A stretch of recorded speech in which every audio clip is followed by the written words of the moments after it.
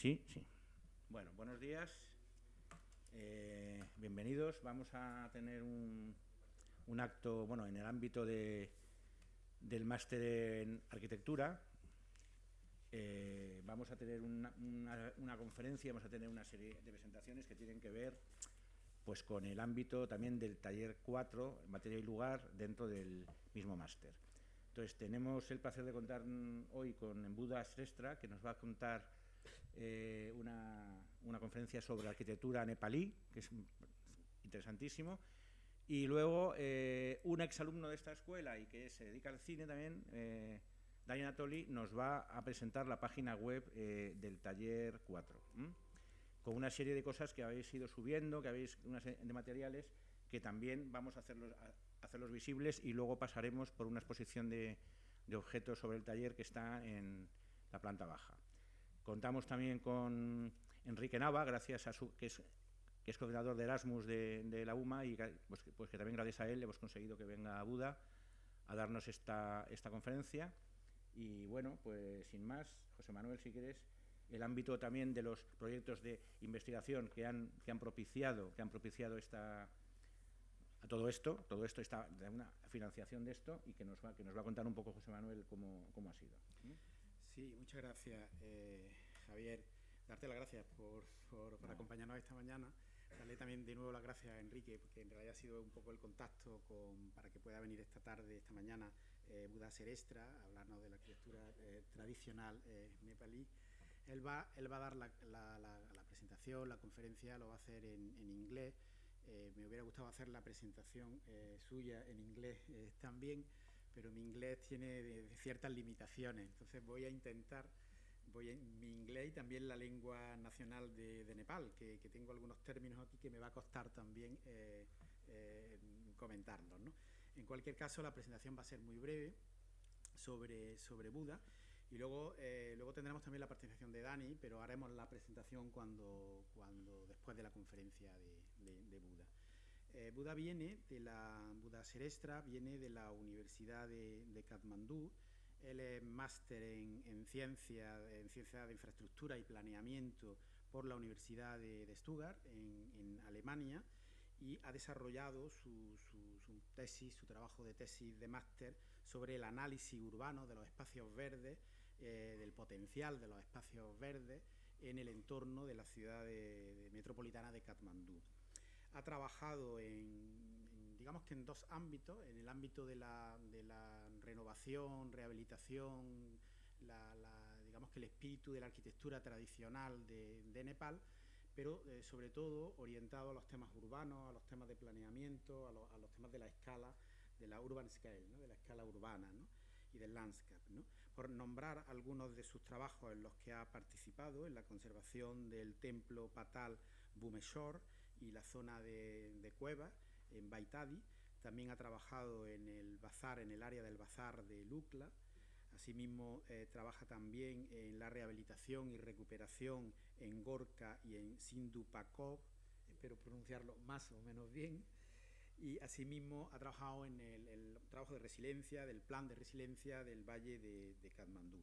Tiene también algunos premios internacionales: el premio DAAT en Alemania, y también otro premio de diseño, este premio organizado por una institución nacional de Kathmandu.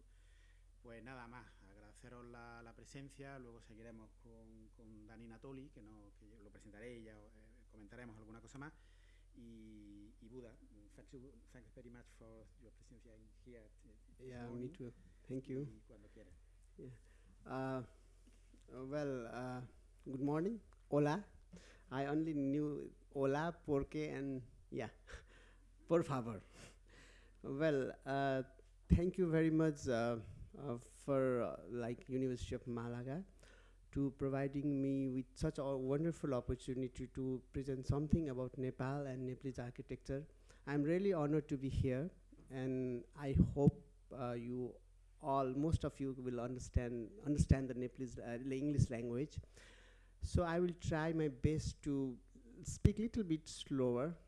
Please let me know if I'm really faster. And Believe me, it's not like or not. Don't afraid. Like it's not like a normal lectures. I think it will be a fun, and I'll try to make it more interactive as far as possible. If okay, I can understand because it's really weird for me to sit here and giving like a speech. It's okay if I understand. Yeah, I stand and change my slide. It's okay. Okay. Maybe I'm audible, right? If you want to come little bit closer, I think that is also fine. Okay. Let me put in this way. Well,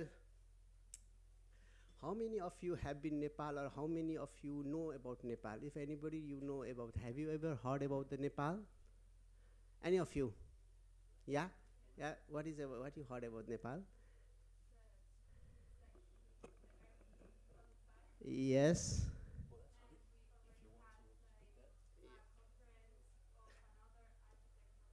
Yeah.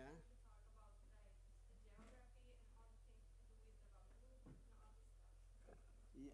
Okay. It's okay. No problem.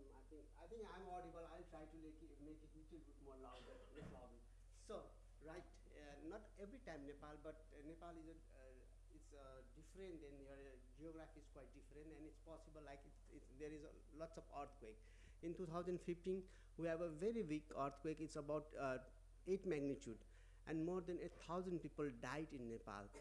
So I was in Germany till 2016. After the earthquake, I returned back to my country, and now I'm working as a lecturer in the Kathmandu University. So maybe I can start with my presentation. So, okay. Let me put off. Yeah. Yeah, this is me. I'm with the SHRESTHA. Like I did my master from University of Stuttgart, Germany, and my bachelor's from Kathmandu University. At the moment, I'm as a program coordinator and the lecturer in the Kathmandu University. Our architecture is quite new because we have just started from 2017. When I returned back from Germany, and then we planned, okay, we will start a very new course that should be a little bit more different than what we are teaching in all the colleges and all the university. I'll show why it's why. So, if you want to contact me, it's my email. If anything, okay, then we can start. So, let me give you a small overview of what is Kathmandu University and what's about our program. It's okay? Yeah.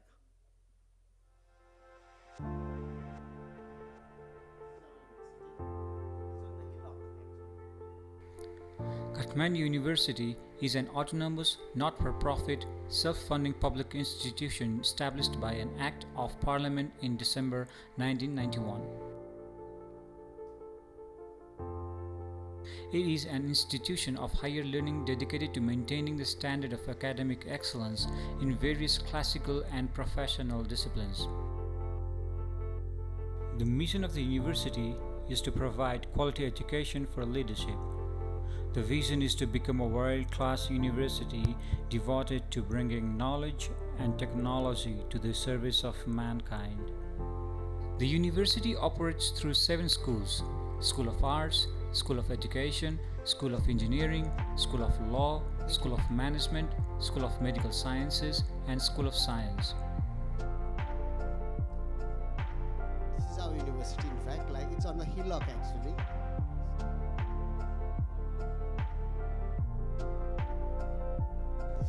KU started the bachelor's degree in architecture from the year 2017.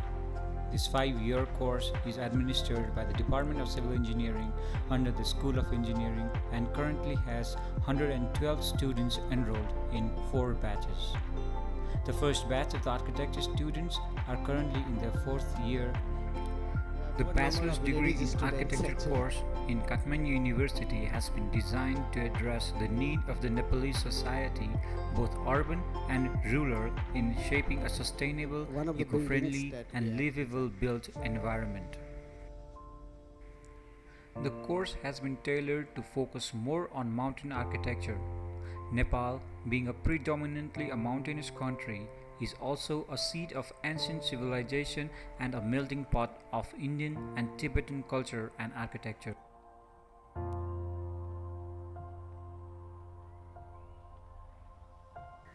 The technology developed over many centuries need to be explored and developed to create modern human settlements in the existing geographical, social, and cultural environment. The objective of this course is to study and understand the core concepts and the principles of the buildings, settlements, and landscapes in the mountain region to provide a foundation to design and construct appropriate and innovative sustainable buildings.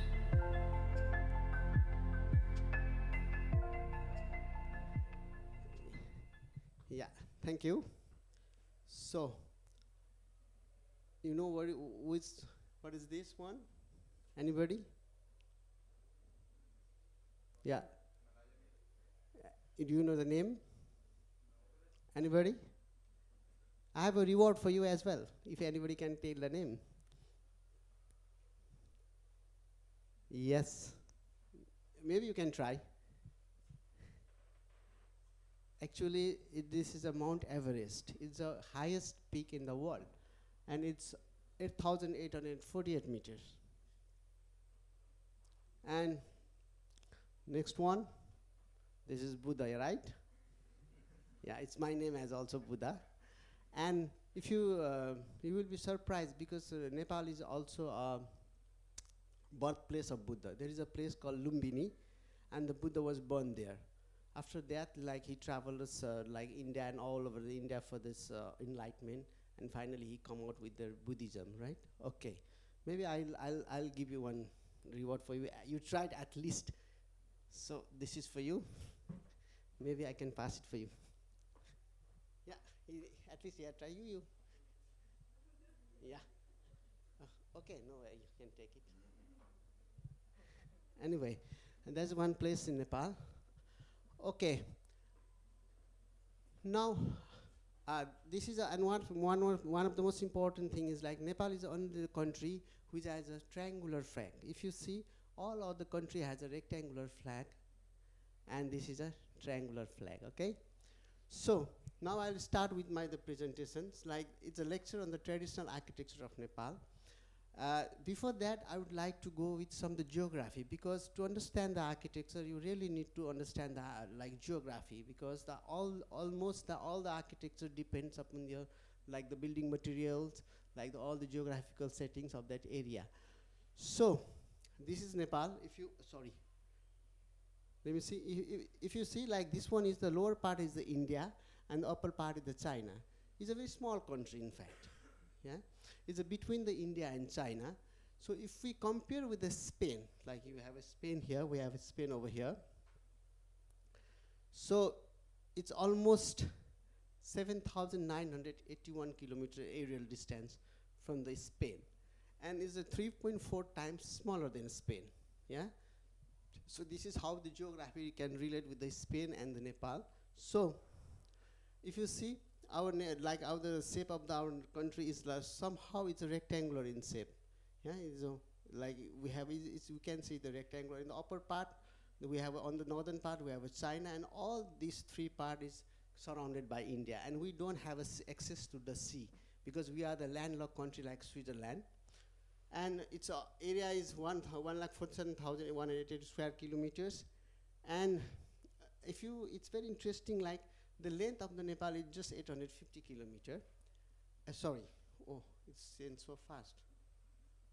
Oh, yeah, oh, yeah. The length of the Nepal is around 850 kilometers, and the width is just 200 kilometers. It's very shorter distance. Aerial distance is very short, but even that shorter distance, the altitude that change is from the 60 meters from the sea level to 8,848 meters from the sea level. That's why we have lots of hills, because the span of the 200 meters and the altitude change is quite high, quite steep.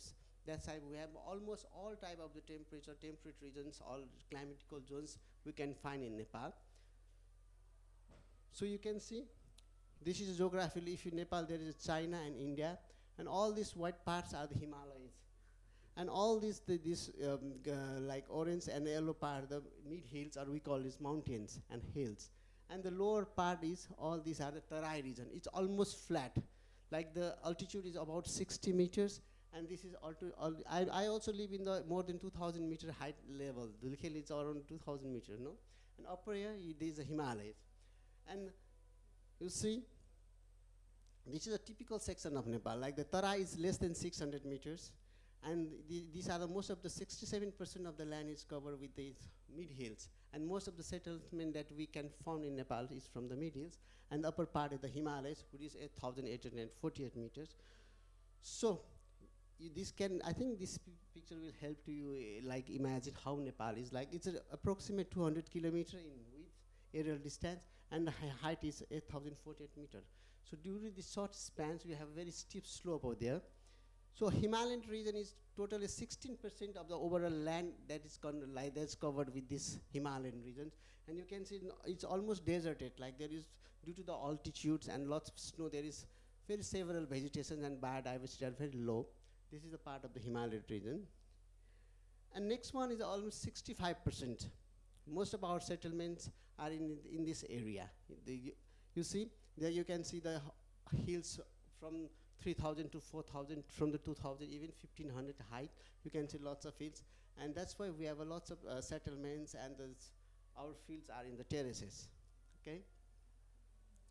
And we have some flat land as well, which about 17%, which we share the border with the India, and this area is almost 17%, and the line is like this. We have also settlement. Due to these varieties of regions, that the building materials are different. In the Himalayan region, you cannot find the proper mud for the construction, so they are doing the different technology for this construction. But in the mid-hills, there is a certain woods and the muds are available, so they are producing bricks and making. But in the lower part, there are lots of trees, very big trees. So they are making a building out of these trees and these timbers. So architecture is quite different. No, even if you travel from 1 hour from the lower part to upper part, you can feel the temperature difference. Before 1 hour, you might need anything, you just need a piece of shirt. But after you travel 1 hour uphill, you might need a jacket. That's a very interesting part of the Nepal, in fact. So this is an area like you see, this is upper part of the area. Now I think this settlement in up to a height of the 3,848 meter, almost 4,000 up to 4,000 meter we have a settlements. And you see all this settlement, we call this Lomanthang, and this used to be one of the, this is very close to the Tibet in China. So literally there is no, like very few plantations which is connected to the waters, like there are small river running, and all you can see there is no very big stone also, and all these walls are made from the muds. And one of the most interesting things, like here you can see lots of snows, but even though there is snow in Germany or in other parts of Europe, you can see if you have a snow, they have a slope roof, right, to like to give the way out the snow. But here they have a flat roof because they don't have any rain here. Literally there is no rain. All the agricultural production is from just the rivers. So that's why they managed to make a flat roof to collect, and they just clean the snow from by themselves. I'll show you some more pictures. Like this is a typical part, like we have a courtyard inside, and there are several buildings all around the courtyard. And this is a way they construct this kind of buildings. Like they just put this like formwork in the both sides, and they ram the earth, and finally they manage to make this wall. In this way, they make a wall, like 6, 7, sometimes 15 meter high, like rammed earth wall. And next, this is a similar type of settlements that we can see. You see, like there is a small river flowing around up to the catchment area of the river is very less, so they have a few vegetations over here, and other parts is deserted. That's why they have this kind of buildings, okay? And if you come a little bit more lowers, you can have a stone, but you cannot have a mud. And the mud is not that much of good quality to make a mortar, so the property is very less. So they made just a dry wall, and they just stack the stone, and they make houses like this. And the place is very cold, so they managed to collect some of these woods so that they can burn during the winter seasons, yeah? And if you come a little bit even more lowers, like you see in this map, this is the area, I think this is near to the Pokhara. Yeah, I think you have been, Daniel has been there in Pokhara. And this is a type of typical settlement in Pokhara. So they have hills, and all these are the stone slates, different kind of stone that we found. There is a slates. So they make a slates roof from the slates and the walls from this stone. And this is a typical like traditional settlement of this area. Yeah, and this one is similar. And this is, you can see like how steep the slope and how the people managed to construct the houses in the terraces. Yeah. Okay. And if you even, yeah, this is one of the typical houses. It depends what building material is available. If you don't have the slates or like stone, they can make the roof from the straw or the thatch, whatever they have. And this is typical kind of houses there. And if you come even lower, like you say in this area, like I'm talking about the Tarai, you can have a very like strong and the big trees, no? So normally, and we have jungles, and there is a possibility to have lots of snakes and wild animals. That's why they uplift the houses, and they manage to put this like animal or something, and they will use this staircase to climb there, and most of the habitable area in this upper floor. So this is how the geography, due to the geography, the things goes on changing. Yeah. If you have anything, just let me know. Yeah. So, and this is one of the typical houses in that region as well. Now I'm talking briefly about this Kathmandu Valley, because Kathmandu is the capital city of Nepal, and it's surrounded all over by these high hills, from 2,000 to 4,000 meter up high hills. That's why the landing the plane in Kathmandu is quite challenging. Lots of pilots face like it's very challenging. Sometimes for 1 hour the plane keep moving around the sky of this Kathmandu. And there is only one outlet from here to for the waters. Initially it was thought like it was like big pond. Finally, after the waters, like they drain out all the water, and there is a settlement now. It's the capital city of Nepal actually. This like in this area. So it's up to the Kathmandu Valley is set in 1,400 meter actually. And this is a main Kathmandu city. Now the city is like this, no? Yeah, I completely agree. Like we talked with Daniel before also, like it's going a little bit unplanned way. Initially, this used to be a very beautiful city. I'll show some of the pictures later as well. But now, maybe due to different regions, and we don't have a very good policies for the urbanism and all those things, we are facing a lots of problem. Yeah, this is a situation of the Kathmandu now.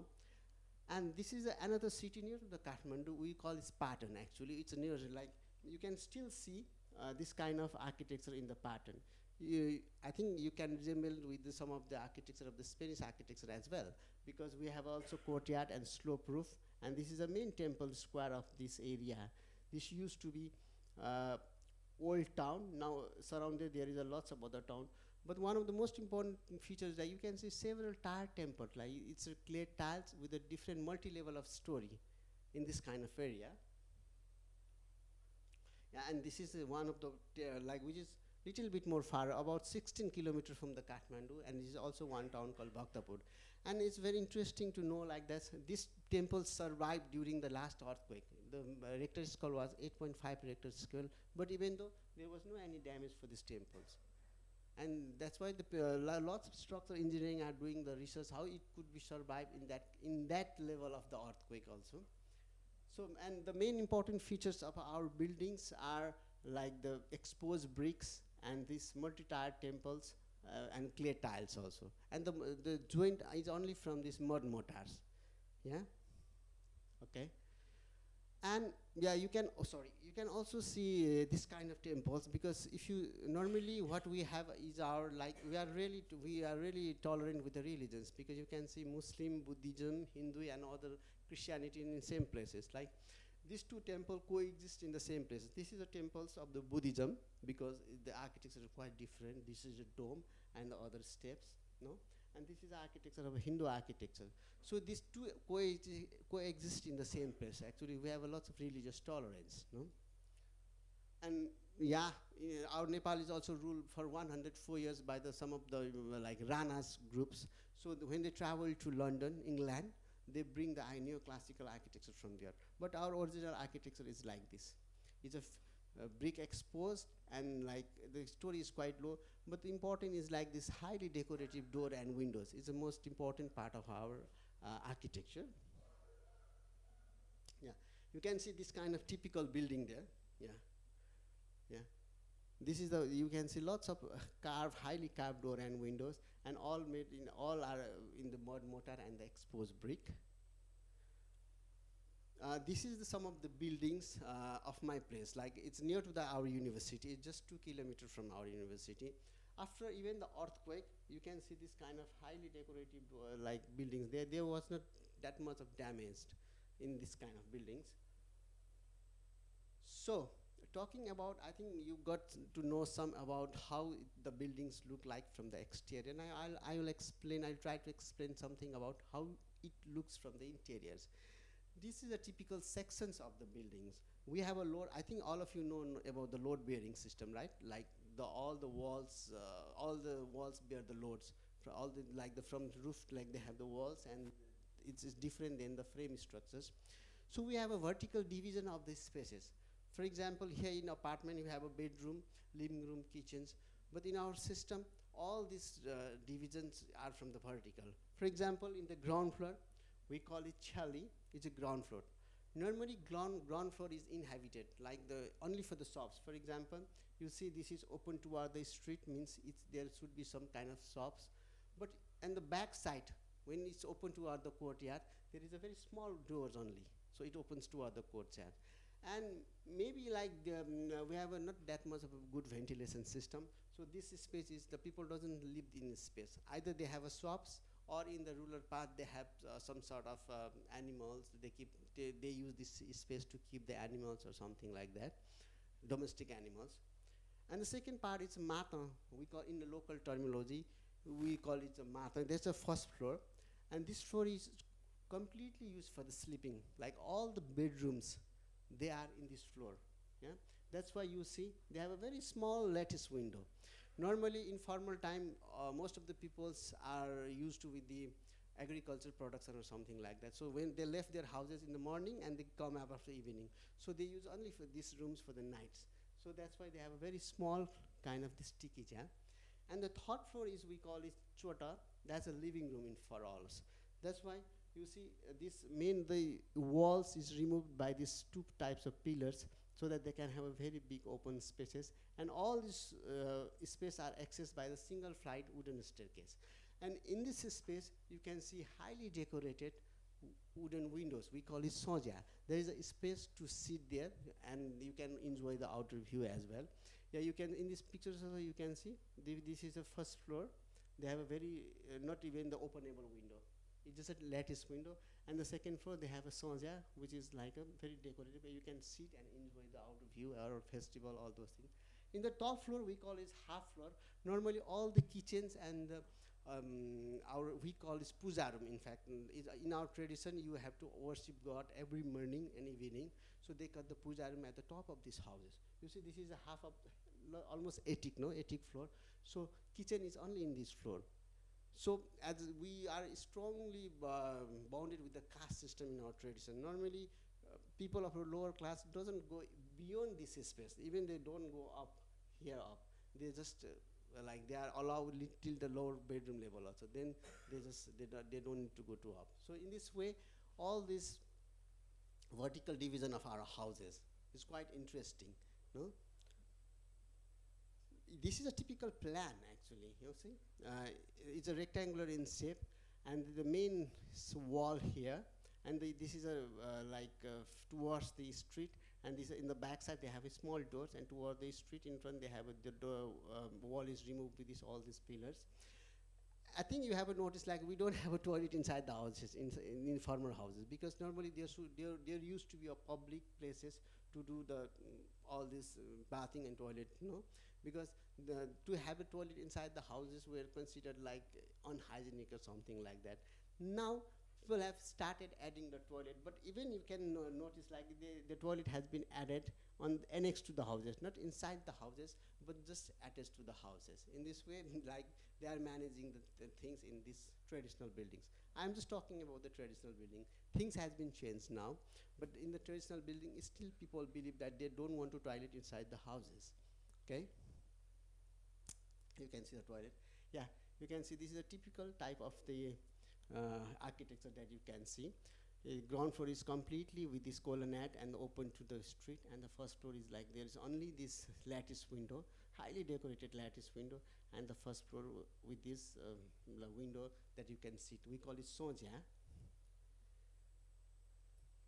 If you go for the construction technology, this was a picture after the earthquake. The shutter wall was completely fallen down. So you can see the exterior wall. The exterior wall is from this burned brick, clean burned brick, but the interior wall is the sun-dried bricks.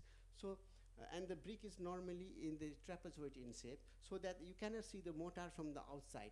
And the main purpose of it is like because we have a very, very heavy rains. Yeah, the rain is very intense. Like now, this is a time like June, July, we call it rainy season, because we have a 6th season, and two season is completely like from the beginning. It's always raining. That's why we have a very big overhang as well, so that to protect from that rain for the mortars, there is a trapezoid in shape. Yeah, and that's why it protects the mortar from washing out. And you can see. Like the section, the top one, the kitchen is there. We need a very big space in the kitchen. That's why it's open. And for this living room, and the wall goes thicker and thicker as you goes down. Okay. And this is a typical technology. I think there are other typical name as well. But from these pictures also, you can notice like below there is a big stone to transfer the load, and in this stone there is a other connection to the one. What you call like wooden member and the post. All these things are connected to each other. And interesting part is we don't use any like metal nail. All these connections are from the wooden nails and all these joints. Even that window that I have shown, there is no any metal nail used. It's different techniques of connections. And that's quite interesting. Maybe I won't be able to give all those things in these lectures. If you are interested, then I can provide some of the books. That's very interesting, and I can provide you the soft copy of that book as well. Yeah, and this is a part of the door. You see, we have a 2 frame, like this is outer frame and inner frame.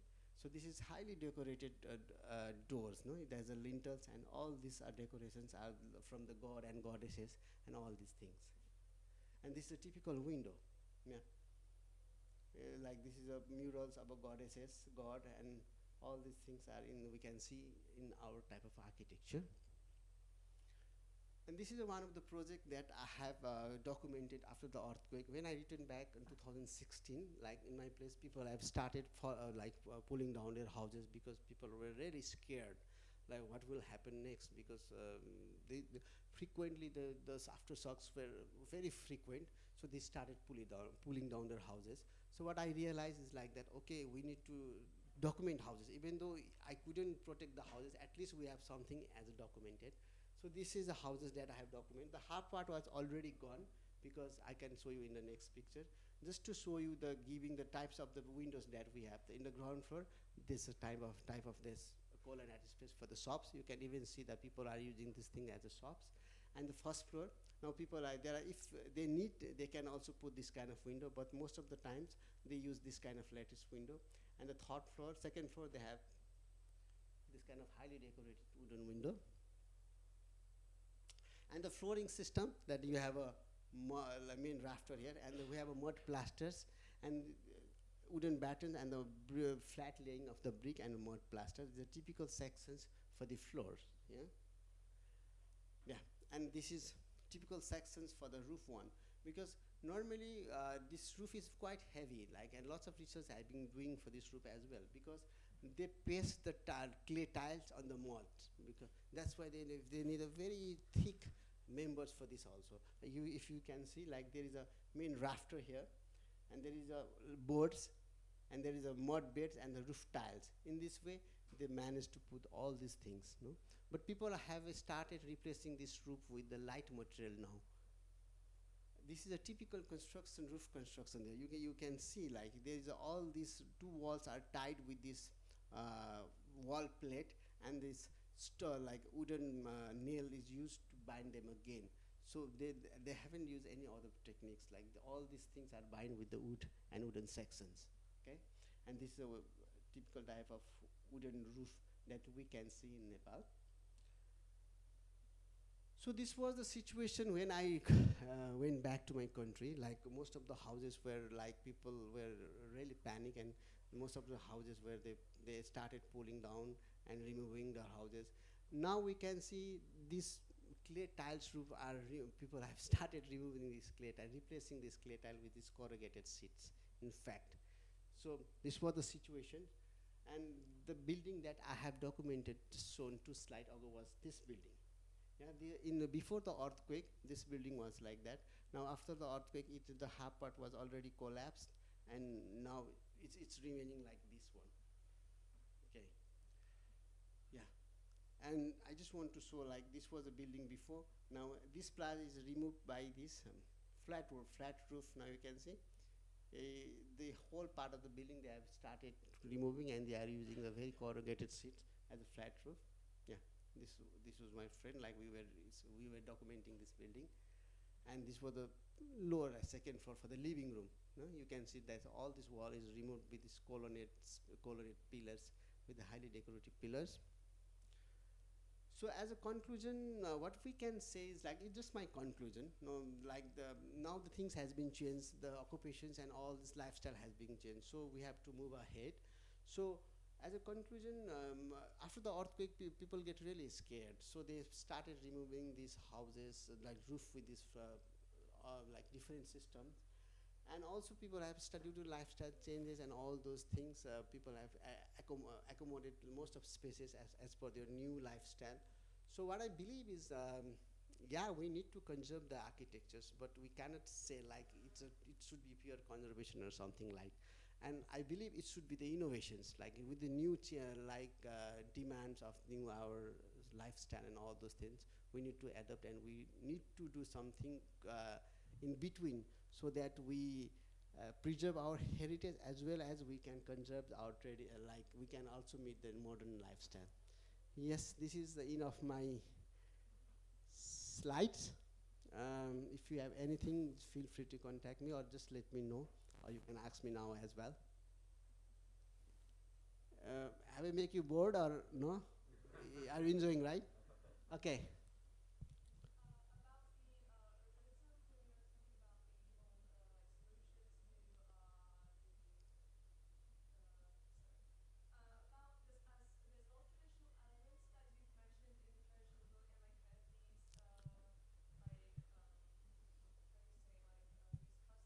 Yeah.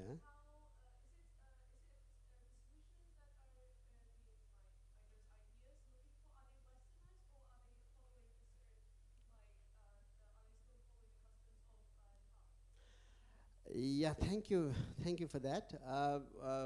It's very hard to know, because all the world become global now. What I believe is think globally, act locally. Yeah, you need to follow something from the Western. There, as now we are in the modern era, and you cannot stay one place, and you cannot say like I will be untouched or something like. They are also following the Western things, but in some certain area, we are very deeply rooted with the cultures and all those things. Although they are following the Western area, even now new generations are very much conscious about their traditions, and they are trying to revive all those things. Have I answered your question? Okay, thank you very much. If you, yeah, if you allow me, I just want to show one small. I'm not running with the time, right? I have few times, okay? I'm not sure whether, I just want to show you, because these are the works from our 4th year students. In Nepal, the architecture is 5-year students, like 5-year course, I mean. Like we have to study for the 5 complete years for the architecture. This is some of the project of, like we are in this is a project of conservation studio. Like we are trying to make a documentation for these old buildings. Let me see. Yeah. This was one of the old building, and we want them to document all these details in detail, so that we are also doing in collaboration with the University of Heidelberg. University of Heidelberg, Germany, they have shown lots of interest in conserving this type of buildings. So we are also doing, we are planning to do with them, and our students managed to document all these buildings. I hope if some of you are interested, then we can also join together as well. And just to show you the small detail of the window, how intricate the windows are, let me give you a small, maybe I need to show it here. Okay, yeah, this is a typical door, you saw. There is a two frame. Like this outer frame is highly decorative, and there is an inner frame which support the maximum loads, and the door open inside. And let me give you the, yeah. This is a typical windows, the details of those, all the windows, actually.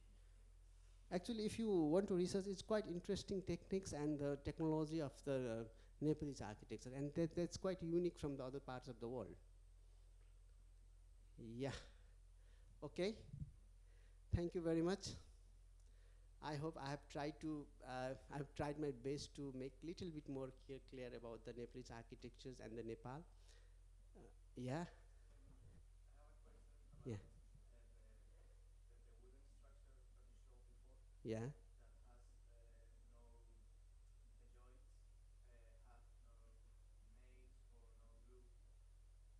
Wooden structures means you are talking about the roof or floor.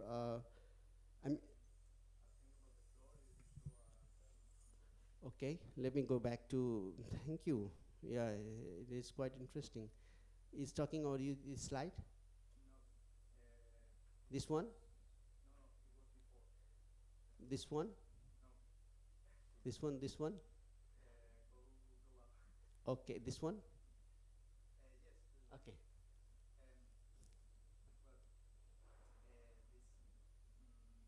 This type of structures. Yeah.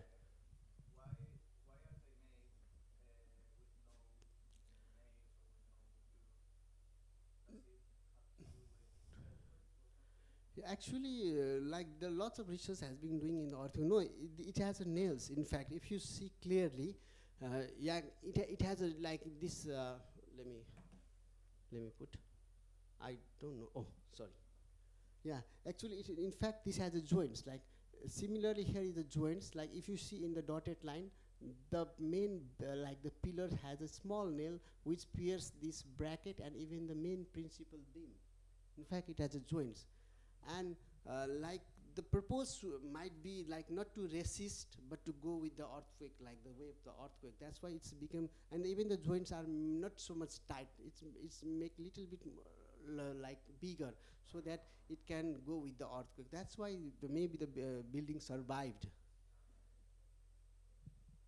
Okay. Anyone? Yeah. Yeah.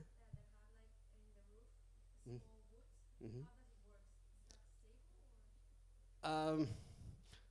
Yeah, now the things are going interesting. Okay, you mean to say small villages like this one? No. Okay. I got this one. Yeah? Yeah, why is there? Actually, these are all firewoods in the tradition, because in these regions there is a lot of scarcity of the woods, because normally it's very cold over there, and those people are considered rich, which has as many woods on their roof. It's just to show their how much rich I am, and they are using these woods in the winter for this burning purpose.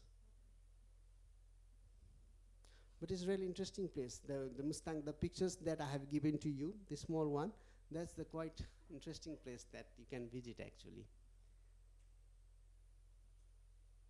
Okay. Yeah, last one.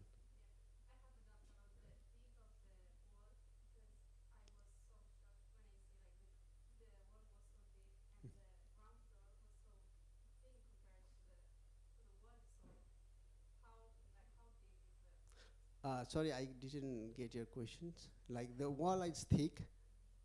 Yeah. And then? The ground floor was so thin compared to the wall. The height, you mean to say height, right? No, can you put like the photo of the construction? Yeah.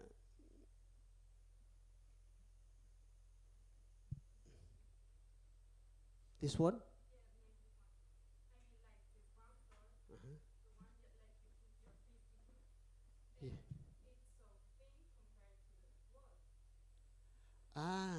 The floor thickness, you mean? No, actually, it's not that thick. If you clearly see the, maybe I couldn't able to show the in the proper way, but the technique here is like, if you can see here, maybe. Yeah, you can see the different layers. Actually, this is a main, like this is a wall plate wooden which tie the entire wall together, and then sorry. And then, yeah, you have this. Actually, it's a thick. It's sometimes it's even like 1 feet thick. And I think that's enough to hold all the loads and all those things.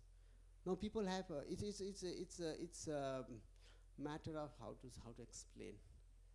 Like, I think it has been working now, so I don't think any problem at all, because they already have this 1 layer of flat brick and mud layer at the top. Maybe I can provide you. I do have one book in soft copy. You can study that as well. I'll provide to the professor. Yeah, yeah. Thank you very much. I have. Buddha, one question more. We are very interested in the wooden structure. Yeah. And the question is, there is some problem with the forest, with the tree, is protected in the special areas. Yeah. And what type of wood is normally in traditional building in Nepal?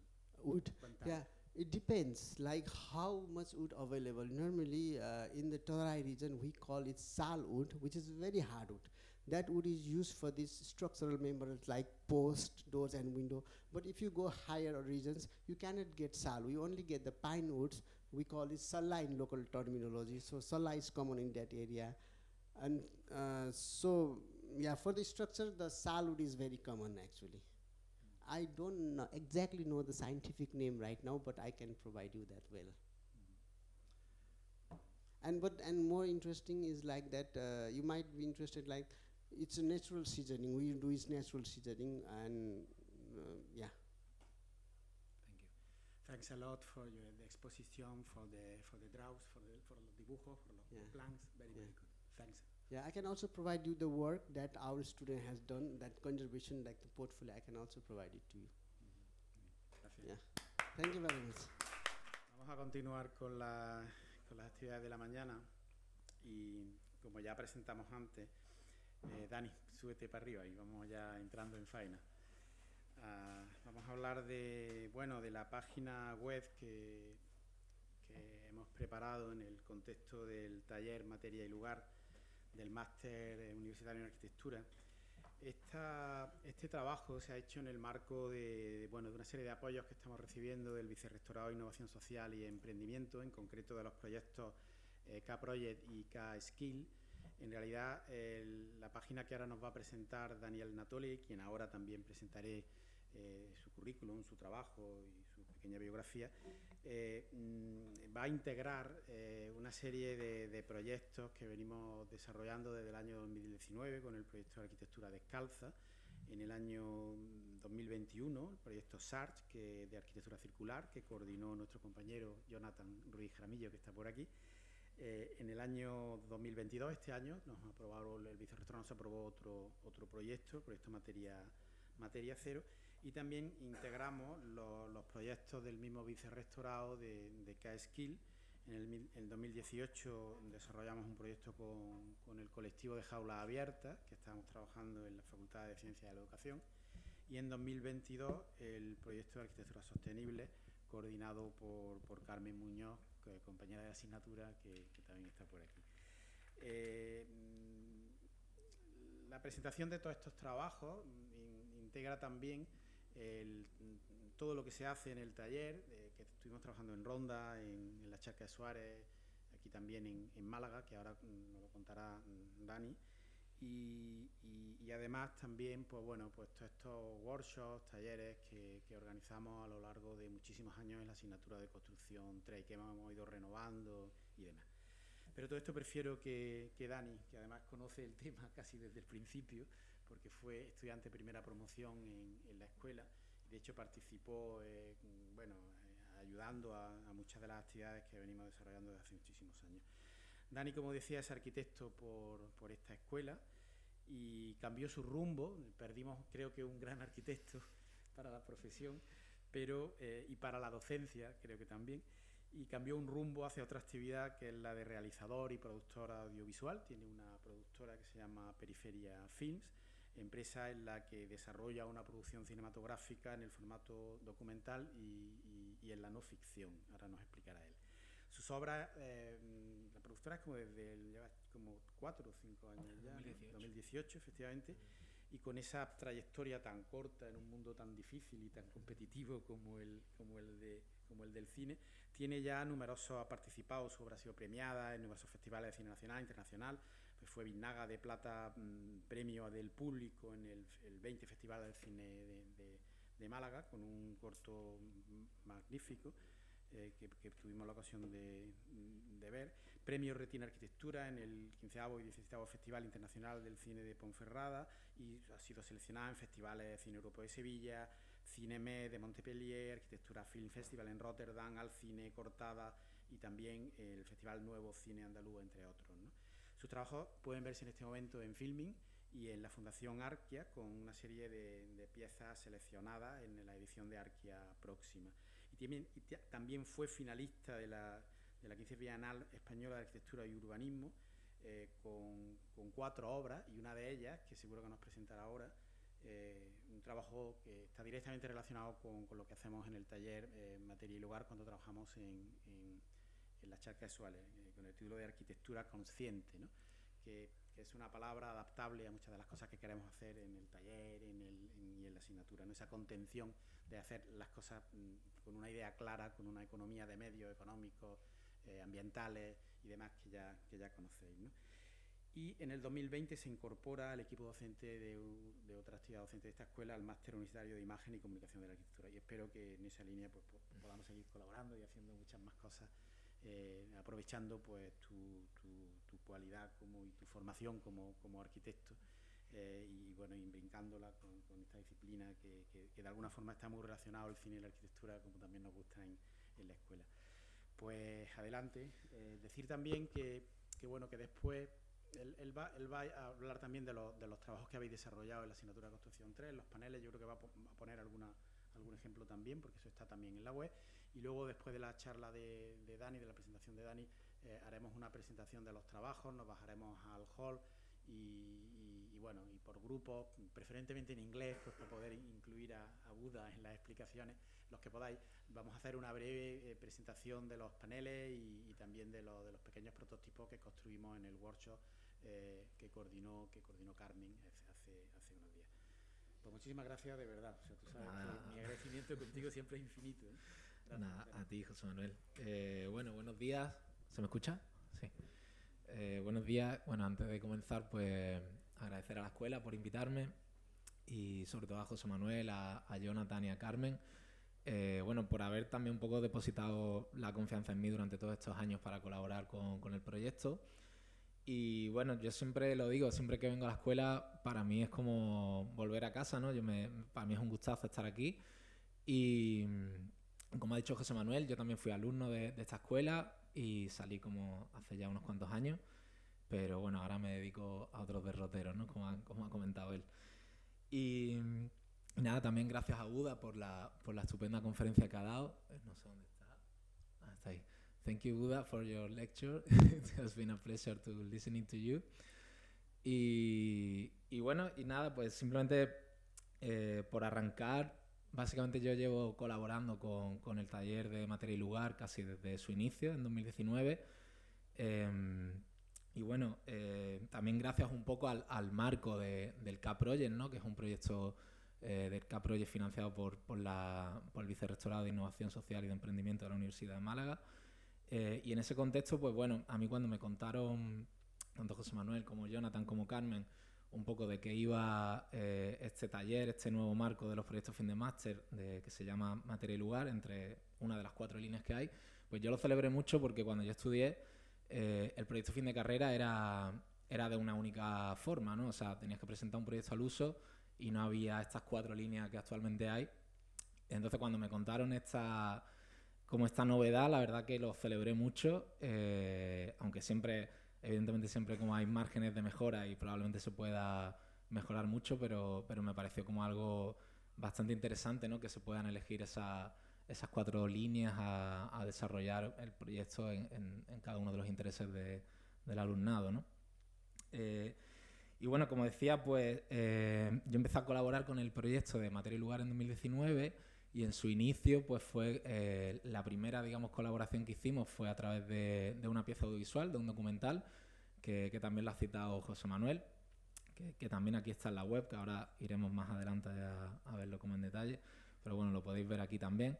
Esta fue una primera pieza audiovisual que se hizo un poco para contar no solo los prototipos de los alumnos que en ese año realizaron el trabajo fin de máster, sino también como para darle un poco el contexto, para hablar un poco de esa línea de materia y lugar, de ese a nivel conceptual, ¿no? Como un poco las intenciones del taller y las temáticas que planteaba, ¿no?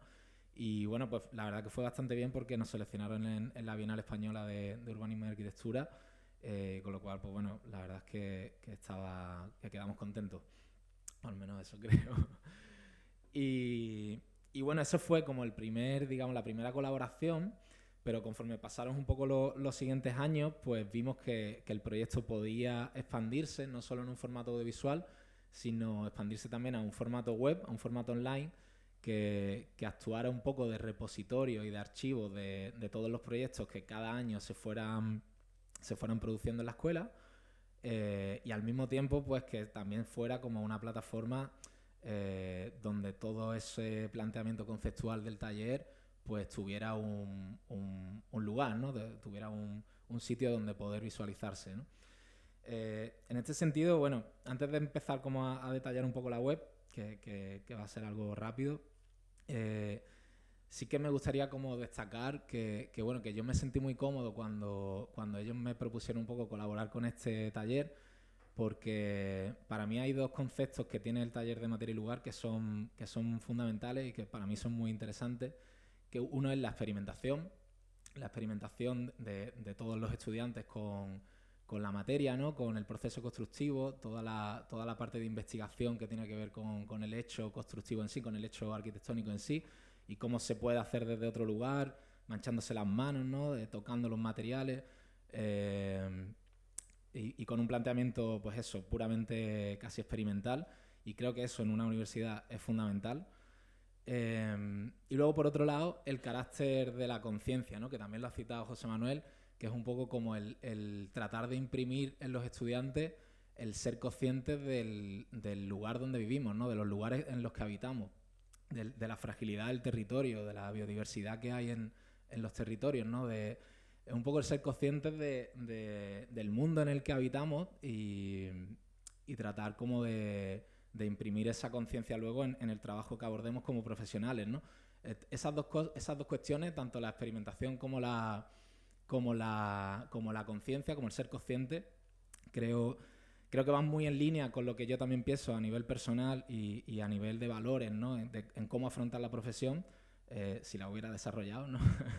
No ahora, pero me encontré como muy en línea con esos valores que imprimía un poco el taller de materia y lugar. Entonces para mí fue como muy cómodo trabajar desde esa visión, ¿no? Porque bueno, respondía un poco a lo que para mí es un poco el ideal de universidad, ¿no?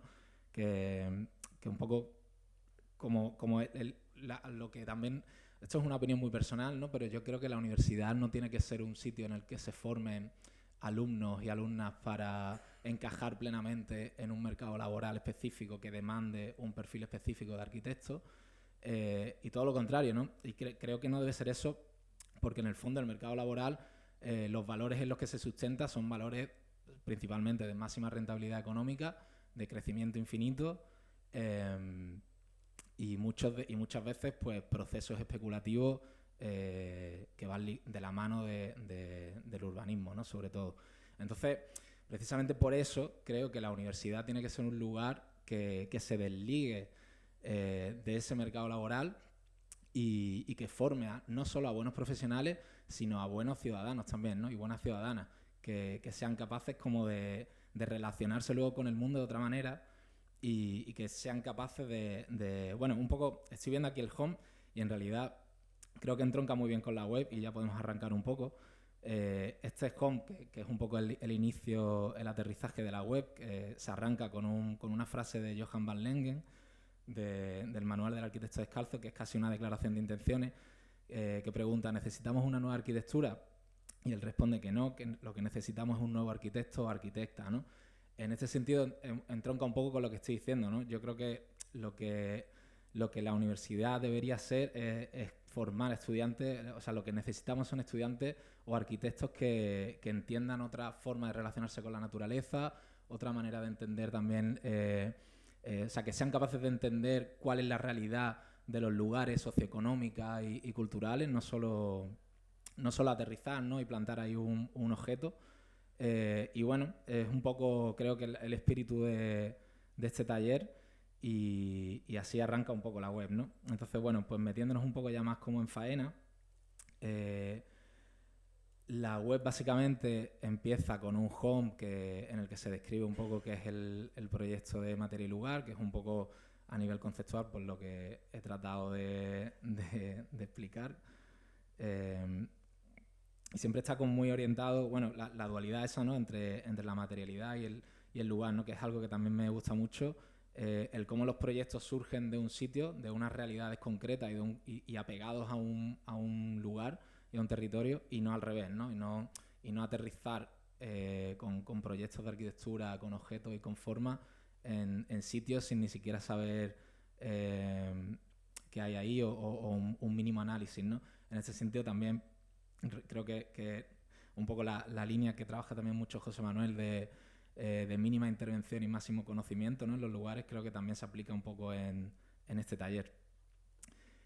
Y bueno, pues brevemente se explica un poco qué es el taller, el contexto del K-Project con el vicerrectorado, que es lo que lo posibilita. Y a continuación pues ya tendremos los proyectos de máster, que si os fijáis, todos los proyectos que siempre aparezcan en la web van a ir acompañados de un mapa donde también se pueden ver, o sea, puedes acceder a esos mismos proyectos, pero a través de su localización, ¿no? Es siempre tratando como de unir siempre la ligazón entre el lugar y el contexto y el proyecto, ¿no? Y porque una cosa al final va de la mano de la otra. Y bueno, los proyectos fin de máster, que son los que aparecen de manera más principal, porque son los que los alumnos y las alumnas pues se han desarrollado como más en profundidad. Ahora mismo están divididos en tres localizaciones, que una es la Charca de Suárez, una reserva natural en Motril, en Granada. Otro en Ronda, en el entorno del casco histórico del entorno del Puente Nuevo, y otro en lo que sería a lo largo del Valle del Guadalhorce, ¿no? Distintos pabellones a lo largo del Valle del Guadalhorce, aquí en Málaga también. Entonces, bueno, se pueden visitar los proyectos, ahora vamos a visitar algunos, pero por seguir con la home, pues bueno, aquí podéis visualizar también el documental que hablábamos, que es del año 2019. Bueno, si lo pincháis, pues sale directamente. Creo que dura 15 minutos. Y bueno, y por último ya pues en la home un poco las instituciones, empresas y asociaciones que han colaborado a lo largo de todos estos años con el proyecto, ¿no? Que también es un proyecto que en ese sentido como que participa también, como que se interrelaciona con otras comunidades, con otras instituciones, y eso también es bonito, ¿no? Que salga, que no sea tan endogámico, que no se quede únicamente en la escuela, ¿no? Y bueno, por último, un poco quiénes somos, quiénes forman parte de los créditos tanto a nivel de tutores como de alumnado de los proyectos fin de máster y de los proyectos de grado de la asignatura de construcción 3, que creo que aquí estáis muchos de vosotros. Un breve contacto y bueno, y el footer para acabar. Esa sería un poco la página, que realmente ahora mismo es un poco sencilla, pero que la idea es que vaya creciendo y que sea algo orgánico, o sea, que no se quede de manera estática, sino que vaya introduciendo proyectos y que vaya creciendo incluso en complejidad, ¿no? Conceptual también. En el menú este lateral podéis acceder a, si le pincháis, ¿no? Pues vais a ir accediendo al scroll que tienes en la home, pero si pincháis en proyectos, estará dividido en máster y proyectos de grado. Si pincháis en los proyectos de máster, pues como decía anteriormente, están divididos por las 3 localizaciones que actualmente en los 3 años se han realizado. Se pueden filtrar por la charca de Suárez, por Ronda o por el Valle de Guadalhorce, y os saldrán los proyectos de cada alumno. Y como comentábamos anteriormente, pues asociado también a esos proyectos el lugar, ¿no? Aquí tenéis como también 3 mapitas, tanto de charca como de Ronda como del Valle del Guadalhorce, donde se pueden acceder y se puede ver la localización de cada uno de los proyectos, ¿no? Bueno, si accedemos a uno porque veáis un poco cómo funciona uno de los proyectos más individual, por ejemplo este del Observatorio de ANEA, que fue el primer año en 2019 de la alumna Ana Cervantes. Claro, cada uno de esos proyectos está desarrollado un poco según el trabajo que el alumno o la alumna hizo, y en este caso, pues bueno, era un observatorio para aves en la Reserva Natural Concertada de la Charca de Suárez, y un poco la filosofía de que hay detrás de cada proyecto es como mostrar sobre todo hacer hincapié en el proceso constructivo, no tanto en la forma final, que igualmente también se ve, pero sobre todo como en hacer hincapié en el proceso. En este caso del Observatorio de Ana, pues bueno, era un ecosistema bastante frágil, ¿no? Como una reserva natural concertada. Entonces, bueno, la filosofía un poco del proyecto iba por intentar utilizar materiales reciclados de kilómetro cero y también como intentar conseguir el impacto, que tuvieran un impacto mínimo en el ecosistema, ¿no? Aquí veis, pues, es una perspectiva explotada de su proyecto. Si alguien, por ejemplo, quiere saber más, se puede descargar los paneles, y aquí tienen los 3 paneles resúmenes de cada uno de los proyectos, pues si quiere como leer un poco más en profundidad y tal. Y bueno, en la página se explica brevemente los objetivos y las intenciones del proyecto, y como decía, pues se hace sobre todo hincapié en el proceso constructivo, ¿no? A veces vais a ver en la página que este proceso constructivo de cada proyecto se ve con imágenes, está visualizado con imágenes, y otras veces veréis aquí una planimetría, o sea, se hará el proceso pero con planimetría. Entonces está guay porque pues puedes ver como un carrusel de imágenes, ¿no? Que vas viendo desde la cimentación, bueno, desde el replanteo incluso, la limpieza del terreno, la excavación y tal, todo lo que Ana hizo allí en la reserva natural, y un poco pues casi como a modo de manual, aunque no llega a ser un manual porque no es tan detallado, pero bueno, la idea un poco también es como que sirva de repositorio, ¿no? Y que si alguien pues quiere ver un poco sistemas constructivos alternativos o diferentes formas de afrontar una construcción más sostenible, pues pueda echar un vistazo a la web y también les sirva, ¿no? Aquí, bueno, se cuenta también un poco la sección del proyecto, y ya para finalizar, pues unas imágenes de cómo quedó finalmente, que la verdad que quedó bastante bien. Bueno, este es el forjado que planteó Ana, que la verdad que era súper bonito. Y bueno, esta es ella con el proyecto. Y bueno, también una cosa que tuvo chulo este proyecto fue como que se implicó, bueno, para hacer estos marcos de ANEA que Ana utilizó en los pilares de su observatorio. Se hizo un taller con los vecinos y vecinas de Motril y también con estudiantes de la escuela. Entonces también está guay como el proceso constructivo, ¿no? Que también implica como a más gente, no solo al autor o a la autora, sino como que eso, como que tiene que también es un proceso en el que sirve para interrelacionarse con otras comunidades o con otras asociaciones o en este caso con los vecinos del sitio, ¿no? Y bueno, estos serían un poco los proyectos de máster. Podemos ver más, pero bueno, podéis hacer también a los proyectos desde aquí, desde el menú. Bueno, rápidamente simplemente voy a visualizar este, que es de Juan Galván, que también es de la reserva, que también se hizo allí en la Reserva Natural de la Charca de Suárez, y que en este caso planteaba como una vivienda geodésica, una cúpula geodésica, como para situaciones de emergencia, que también he visto que en los proyectos vuestros de construcción 3 hay muchos que plantean como viviendas de emergencia, ¿no? O refugios temporales para situaciones de catástrofe y demás. En este caso, bueno, pues lo mismo, ¿no? El mismo esquema. Se hace hincapié en una perspectiva explotada de un nudo, de un conector que Juan diseñó, ¿no? Que era un conector que resolvía todos los encuentros de la cúpula, de esta cúpula geodésica. lo mismo, se cuenta un poco el proyecto, una perspectiva isométrica de la cúpula. Igual, aquí también se pueden descargar los paneles. Y lo interesante también de este proyecto es que Juan hizo un manual de autoconstrucción, que lo hemos colgado aquí también, y que se puede descargar y que es casi como si fuera un manual casi de un proyecto de IKEA, en el que, bueno, pues si alguien quisiera hacer una cúpula geodésica, pues aquí tiene un montón de información para ponerse a ello, ¿no? Y igualmente está resumido, los pasos que veis en el manual, pues está resumido aquí en planimetría, ¿no? Un poco el proceso constructivo. Nada, la sección, y bueno, y esto fue pues como le quedó la cúpula a Juan allí en la reserva. Y bueno, ya por último, pues visitar un poco los proyectos de grado, que creo además que la mayoría de los que estáis aquí habéis hecho algo.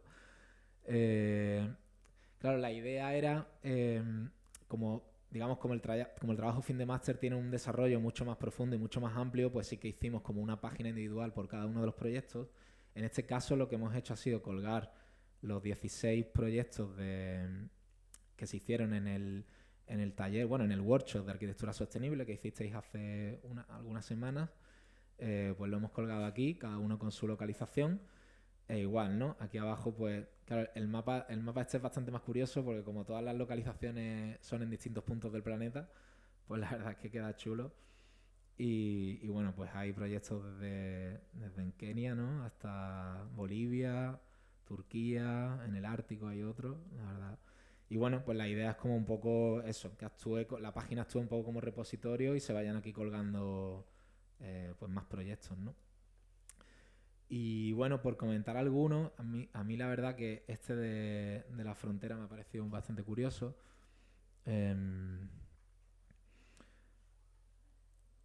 Claro, aquí en vez de ir a una página individual de cada proyecto, directamente si pinchas, a donde te lleva es al panel del grupo, ¿no? Al panel del proyecto en sí.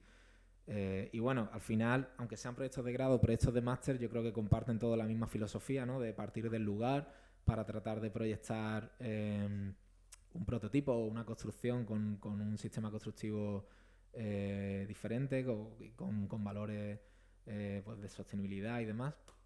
Y bueno, pues igual que los proyectos de máster, igual que veíamos como el proceso constructivo, ¿no? Pues aquí también vemos pues como parte de una cimentación con neumáticos. Bueno, cómo se va construyendo hasta la utilización de la palma, ¿no? para la cubierta. Y bueno, pues hay diferentes, habéis usado diferentes materiales. También hay otro, por ejemplo, que utiliza el plástico reciclado. Tenía apuntado también por aquí ¿dónde estaba? Vale, este también es curioso porque, al igual que Juan, ¿no? Decíamos que planteaba como una vivienda de emergencia, es una vivienda para casos de emergencia o desastres climatológicos y demás. Pues también en los proyectos de grado algunos habéis planteado este tipo de viviendas, ¿no? Y este tipo de construcciones. Y también me ha parecido muy llamativo el uso nuevamente, ¿no? Como de intentar hacer como un manual casi a modo de IKEA, ¿no? Creo.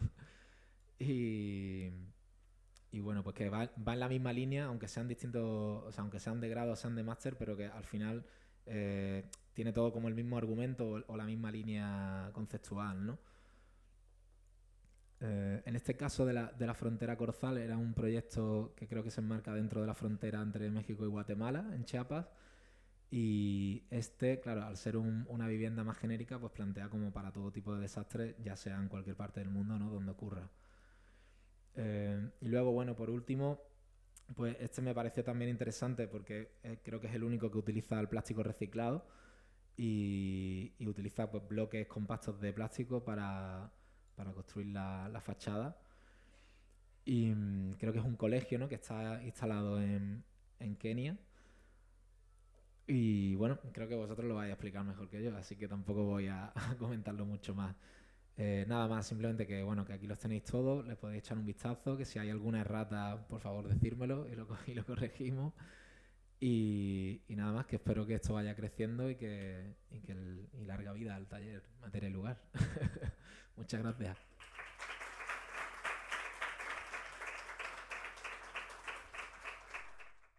Bueno, es que es una web, José Manuel, tampoco hay mucho que preguntar, ¿no?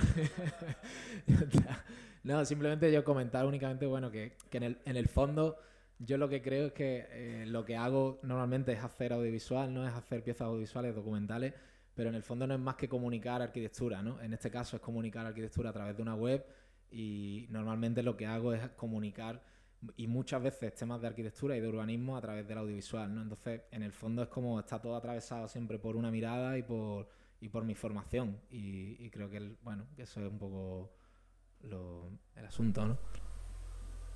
Y ya está.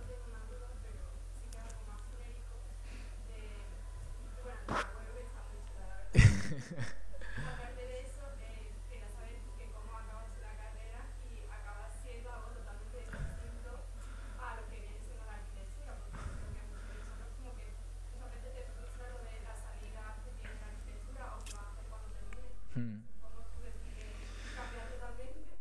Bueno, eso es una larga historia. Eso daría para mucho tiempo. Porque necesitamos todos los años la asignatura Cine y Paisaje, es en quinto, como sabéis, y todos los años está colaborando y siempre le preguntamos eso.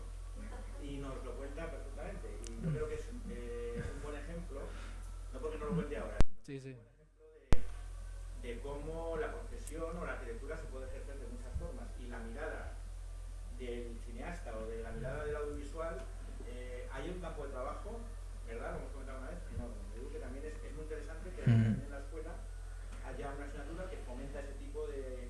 Y estamos incluso enseñando a filmar, a operar con la cámara, tal, ya de una forma cada año más.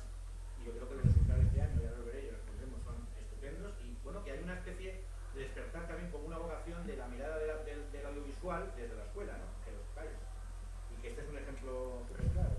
Sí, a mí, un poco por contestarte rápidamente, o sea, a mí me influyó mucho el contexto de crisis en el que salí. O sea, yo salí de la carrera creo que en 2013, 2014, y ahí todavía estaba la crisis de 2008 en pleno auge.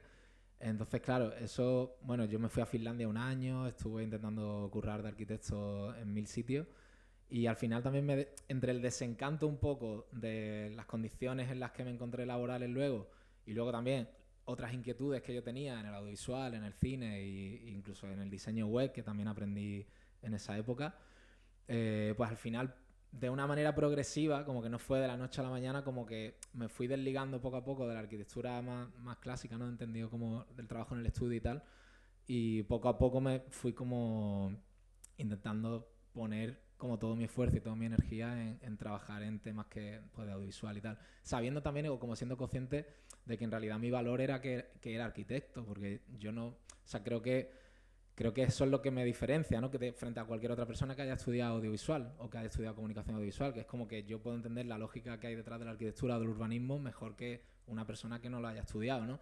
Entonces todos los temas hombre, no todos, ¿no? Porque también hago otras cosas, pero hay mucho de los temas que hago y de los clientes que me salen que son arquitectos y que tienen que ver con la ciudad, que tienen que ver con la construcción.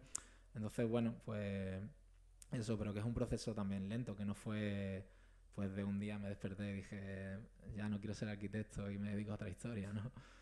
Sí, también como mucha prueba de error, mucho frustrarte por el camino, o sea, un proceso bastante lento, ¿no? Pero bueno, yo os animo a ello, desde luego. Pues nada, muchas gracias.